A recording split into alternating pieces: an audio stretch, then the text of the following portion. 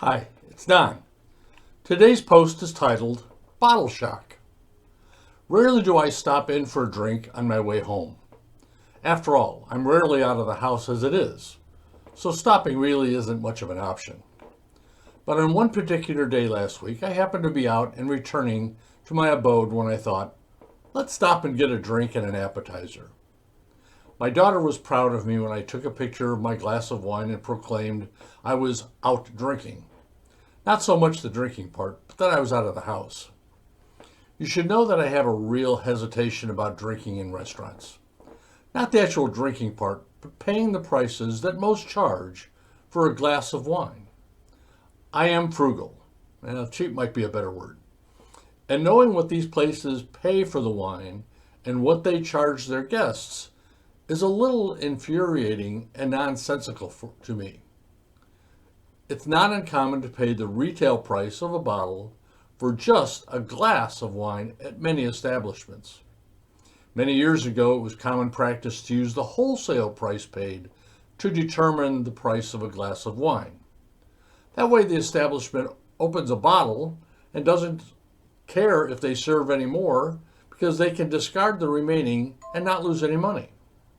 Seems now they want to make money after the first glass. It's understandable, especially since most restaurants make a good deal of their profit from their liquor service.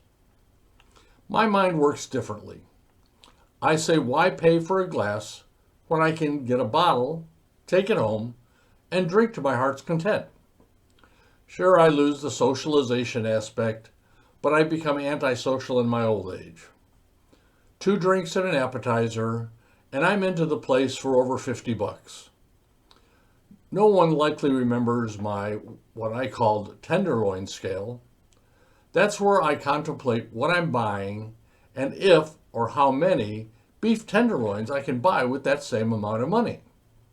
In this case, it's 3 half-pound tenderloins that can grace my table. I have all the wine I need at home, so that doesn't enter into the computation.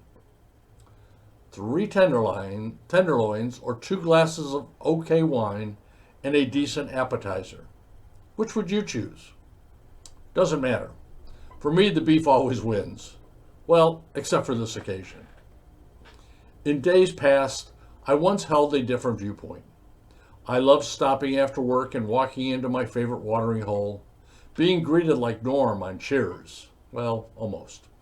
And having the bartender serve me a glass of my fave wine without even asking. Yeah, those were the days. Yeah, I was working back then as well. Frugality now runs center stage. That constant weighing between fun and fuddy-duddiness. It's a little simpler for me.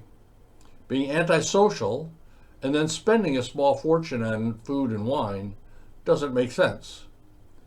Good food or great food and wine and then relaxing to digest the same in the leisure of my home tops it all. Before I go, how many of you actually thought I was going to talk about what bottle shock is, at least as it relates to wine? I think I put a whole different twist on that element. Cheers.